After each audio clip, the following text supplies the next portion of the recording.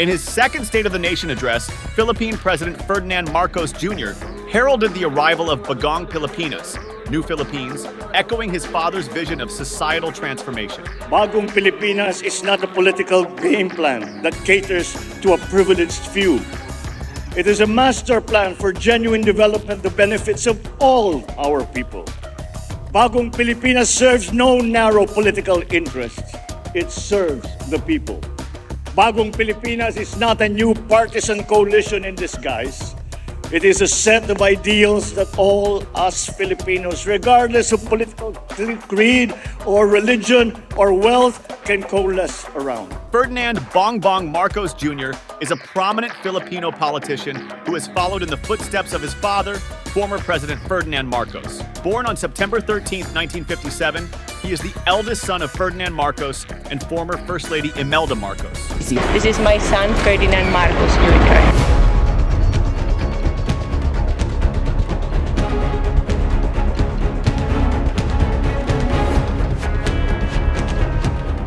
Bongbong Marcos began his political career in the 1990s, initially serving as vice governor of Ilocos Norte, a province in the northern Philippines known as the political stronghold of the Marcos family. He then held several other positions in local government, including governor of Ilocos Norte from 1998 to 2007, and later as a representative of the 2nd District of Ilocos Norte in the Philippine House of Representatives from 2007 to 2010.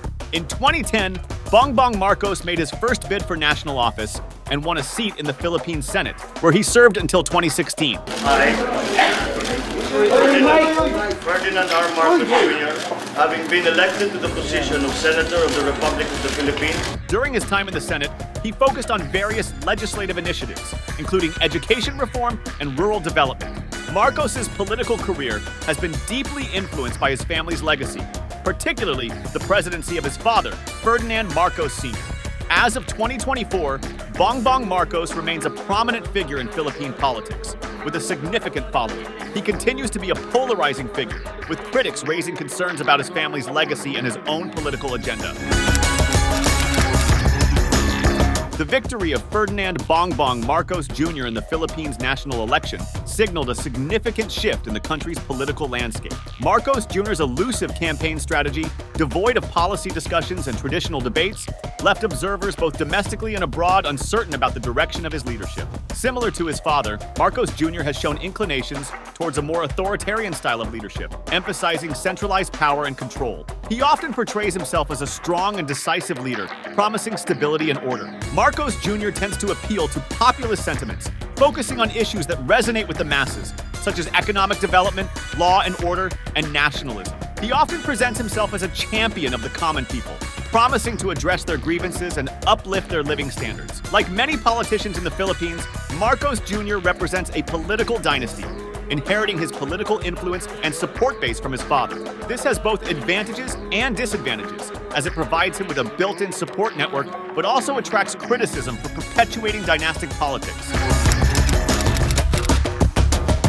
In his tenure, a notable emphasis has been placed on infrastructure development, echoing his father's vision of constructing critical roads, bridges, and projects aimed at stimulating economic growth and enhancing connectivity across the Philippines. Improved physical connectivity will always be a vital facet of our development efforts, as outlined in this administration's Philippine Development Plan and the 8-point socio-economic agenda. That is why this government is more determined than ever to pursue projects that will recognize our dream of a stronger and more interconnected Philippines. We will continue to build roads, bridges, ports, and airports all over the country so we can bring Filipinos closer together. Marcos Jr. has also championed economic policies focused on attracting investment, fostering job creation, and promoting entrepreneurship, highlighting the administration's commitment to driving economic progress. Under his leadership, 194 high-impact infrastructure flagship projects valued at 9 trillion Philippine pesos have been approved, spanning sectors such as physical and digital connectivity, water resources, healthcare, energy, and agriculture. Notable among these are the Pan-A Railway Project, Mindanao Railway Project III, North Long Haul Railway, and the Ninoy Aquino International Airport Rehabilitation Project, among others. Through the Build Better More (BBM) program, the administration has overseen the construction, maintenance, or upgrade of over 4,000 kilometers of roads and approximately 500 bridges nationwide. Presently, 95 of the 194 approved projects are ongoing and slated for implementation, while an additional 30 await government approval, and 47 are in various stages of feasibility study. 19 projects are anticipated to reach completion this year, with 45 of the total projects expected to be financed through private sector partnerships. Notably, Marcos Jr.'s infrastructure plan is substantially more ambitious, being 91% larger in scale compared to former President Rodrigo Duterte's program, which saw only around 82 billion Philippine pesos worth of projects completed out of 199 planned during his term. In tandem with infrastructure development, Marcos Jr.'s administration has launched social programs targeting poverty alleviation, healthcare enhancement, and education improvement, aimed at uplifting marginalized communities and ensuring access to essential services. Acknowledging the pivotal role of technology in the modern era, Marcos Jr. has spearheaded the digital transformation of the Philippines, advocating for expanded internet access, digital literacy promotion, and leveraging technology for governance and economic advancement.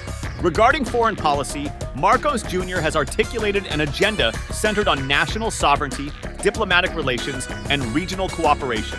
His administration seeks to fortify ties with long-standing allies while exploring new partnerships to advance Philippine interests on the global stage. The recognition of Marcos Jr. by the Lowy Institute, a respected Australian think tank, highlights his significance in Southeast Asian politics, reflecting his potential regional impact. The Philippines, of course, understands that widening geopolitical polarities around the world and the sharpening strategic competition between the People's Republic of China and the United States of America have become a reality permeating the regional strategic environment. We in the Indo-Pacific must ensure that great powers do not treat the world as an arena for their competition.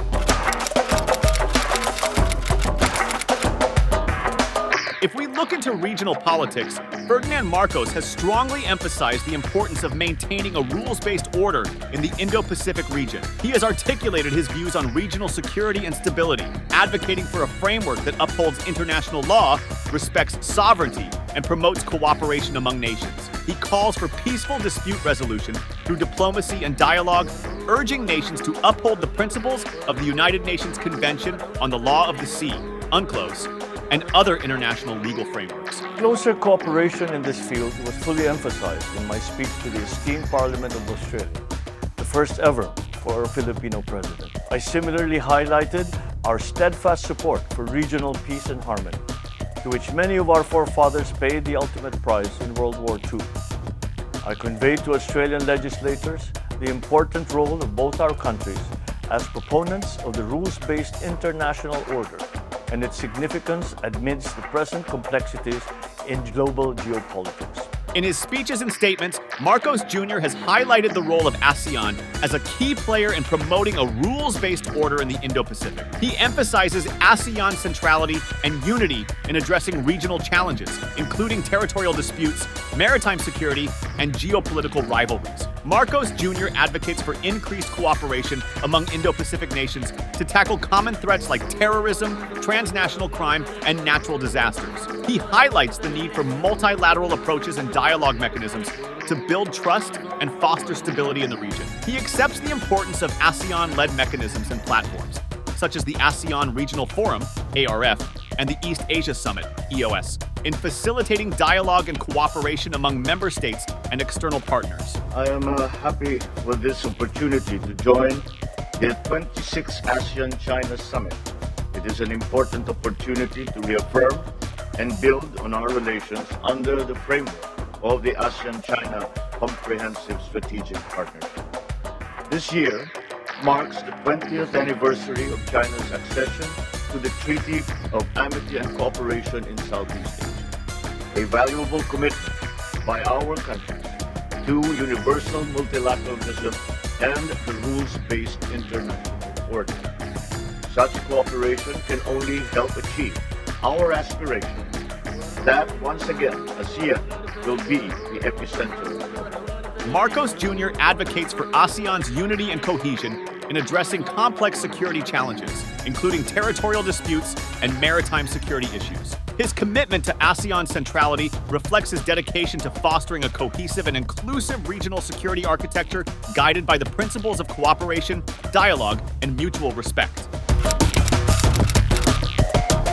The political landscape of Southeast Asia reflects broader challenges to democracy, characterized by the rise of strongman leaders and the erosion of liberal democratic values. While Indonesia remains a bastion of democratic governance in the region, other nations like Thailand, Cambodia, and Myanmar have gravitated towards closer ties with China. The United States faces the challenge of aligning its democracy promotion agenda with geopolitical interests, historically prioritizing security concerns over human rights in its relations with the Philippines. I expect we'll discuss the South China Sea, the disputes and critical global three-way. I've spent a lot of time with not only the President of China but others about international waters and how they have to be respected. And we should talk about that a little bit, I hope. Ferdinand "Bongbong" Marcos Jr.'s presidency carries implications beyond domestic governance, shaping regional dynamics and the delicate balance of power in Southeast Asia. Focusing on Marcos Jr.'s leadership,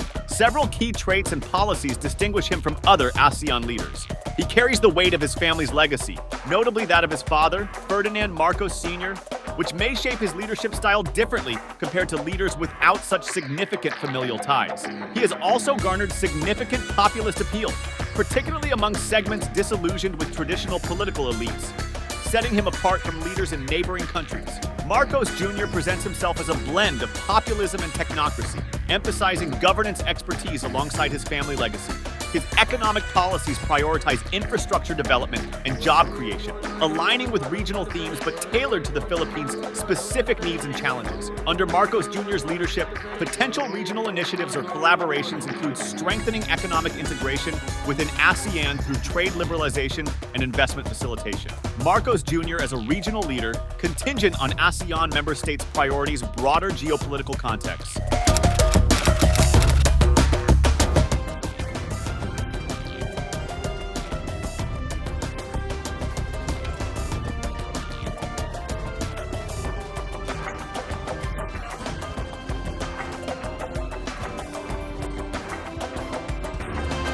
Ferdinand Marcos Jr.'s presidency in the Philippines arrived at a critical juncture marked by economic challenges and global monetary tightening. Taking over from his predecessor, Rodrigo Duterte, Marcos Jr. was expected to maintain a sense of continuity in economic policies, aiming to leverage the country's previous successes to sustain economic growth and address underlying issues. During Duterte's tenure, the Philippine economy consistently thrived, achieving annual growth rates exceeding 6% until the pandemic disrupted this trajectory. Key economic indicators, including per capita national income and gross capital formation, witnessed significant improvement, fostering investor confidence and driving foreign direct investment to notable levels. As Marcos Jr. assumed leadership, his primary goal was to uphold and build upon this economic foundation, targeting sustained growth rates of 6% or higher through continued emphasis on capital formation and foreign direct investment. However, daunting challenges loomed ahead, such as the persistent trade deficit, characterized by substantial imports outweighing exports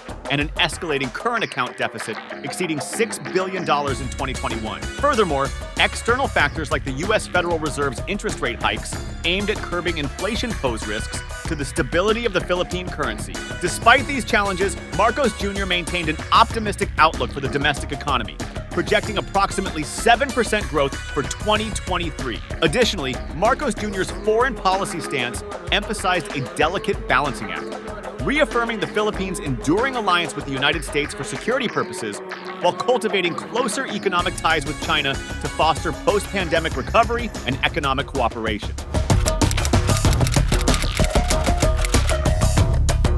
Under President Ferdinand Marcos Jr.'s leadership, the Philippines has undergone significant advancements in digital transformation, marking a pivotal shift towards a more technologically enabled nation. Notable achievements include the successful implementation of the national ID system, with over 87% of the population registered, facilitating convenient access to government services through the eGov mobile app. Additionally, digital payments have seen substantial growth, accounting for 42% of total retail transactions in 2022. Internet infrastructure projects like Starlink and the National Fiber Backbone and Broadband NG Mesa initiatives have greatly improved internet speeds in underserved regions, promoting inclusivity and accessibility. These efforts align with President Marcos Jr.'s commitment to leveraging technology for national development, fostering innovation, efficiency, and inclusivity across various sectors of society. We look forward to the completion of the 5 next phases of the National Fiber Backbone project by 2026.